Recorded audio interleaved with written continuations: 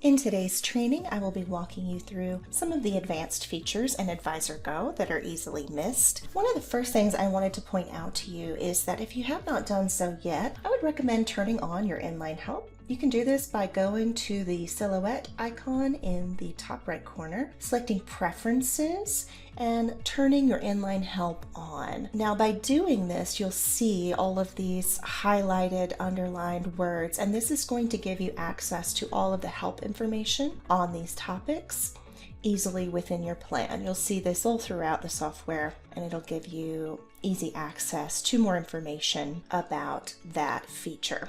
Now, once you've done that, another option in Preferences up here at the top is to hide your dashboard chart.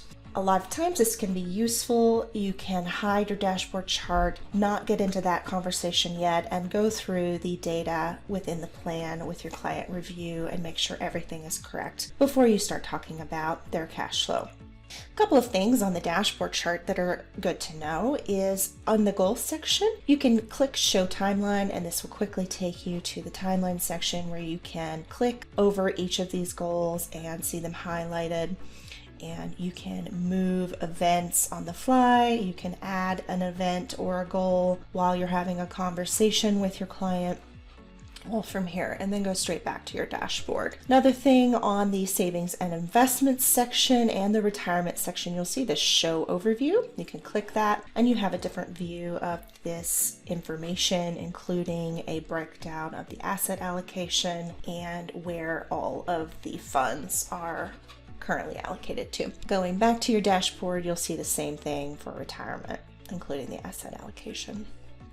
We also have these widgets on the right-hand side of your dashboard. These are going to be quick and easy graphs that give you some information about their plan. You can do assets by type if you want to see where the majority of their money is. You can do assets versus debts, and you can do asset allocation for the whole plan. And you can also switch over into a bar chart view if you prefer.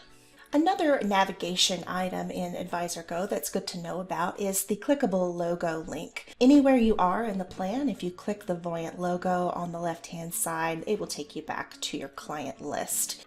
Going back into my client, I wanted to take a look at the timeline screen and have a discussion about goals. Now, in Voyant, goals is one of the most powerful tools that we have for planning. Goals are trackable expenses. There is no hard and fast rule about what you enter as an expense and what you enter as a goal, but the goal gives you the ability to have this visual tracking to see if they are going to be able to achieve that goal in the plan. So one of the things that we recommend is using their retirement spending as a goal and anything that they're working towards, so that you can see this as the visual here. One of the unique goals in Voyant is going to be our net worth goal. Net worth goal is not tied to an expenditure, but it does give you the ability to test their net worth at any point during the plan. So if they have, for example, a goal of having $1 million net worth by the time Lisa reaches age 65, you could enter that here, set that as a start event, and click Done.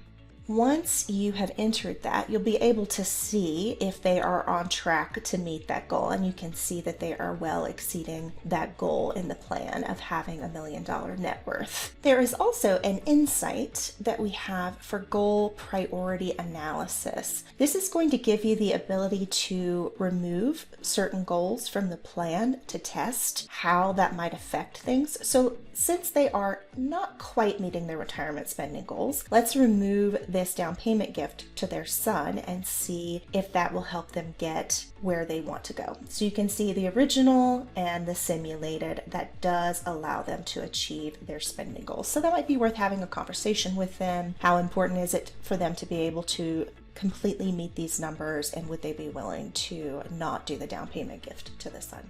In reports, we have a financial summary report, a retirement summary, and an events and goals report. These are all going to be reports that highlight the goals in the plan. If that is a conversation that you're having with your clients, these 3 reports would be good ones to include in the report set. Another thing on reports that is easily missed is creating your own report set. So you can do that by clicking this plus button here, and let's say you want to have this as a report set that you regularly use. You could give it a name, click done. And then anytime you want to use that report set, you would just select that item and it will automatically select those reports. You can also specify a time span for detailed reports, which are these detailed reports down here. So say you want to have a conversation about cash flow and assets, but only for the first 4 or 5 years. You could enter those here, enter a time span, select those years, and click done, and then you can generate your report. Going back to our timeline, I wanted to highlight the stages option. You have the ability to add in different stages into your planning. You're always going to have pre-retirement and retirement as the default stages, but if you want to have a plan that more accurately reflects multiple stages of life, you can click on stages and you can give it a name. Let's say at age 65, we're going to set this as the start event for this stage, and we're going to set Jim's age 75 as the end event, and we'll just want to make sure that it has a color assigned to it, and we're going to click done. So now we have 3 stages. We have the pre-retirement, traveling years, and retirement. And if you ever want to rename any of these stages, you would just click on it, give it a new name, and click done.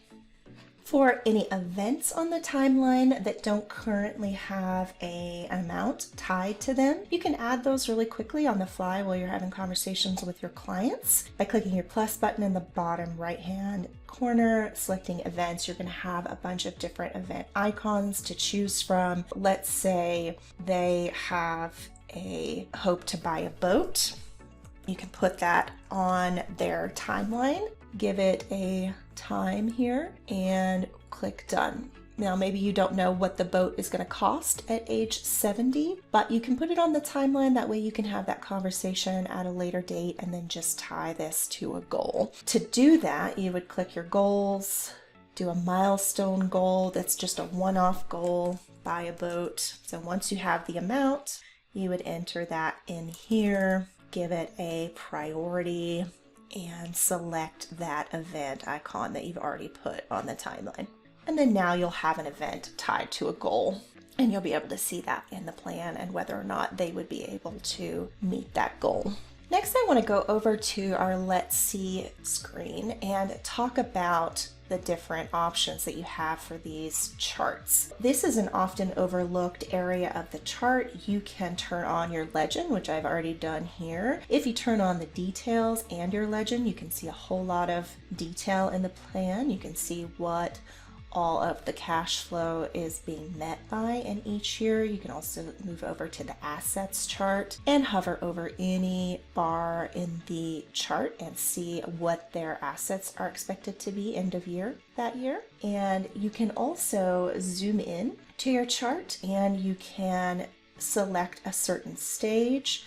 So if you don't want to talk about the golden years, you only want to talk about accumulation and early retirement, you can do that by just adjusting the chart here. And you can also turn on real money, which takes out any inflation growth out of the charts and just shows you in real money terms. Going back over to our Insights tab, let's select one of our insights and run it. So let's say we're going to run our annual savings insight. This would be the additional amount that the clients would need to save to remove all shortfall from the plan. You can also, once you've run this, compare it to the original scenario. So you can take a look at this is where they are today in their base plan, and this is where they would be if they were to save that additional money each year. I hope that this was helpful. If you have any questions, please reach out to us by clicking the name of your client in the top right and request support. Enter your question into the text box here and share client access. Thanks for listening.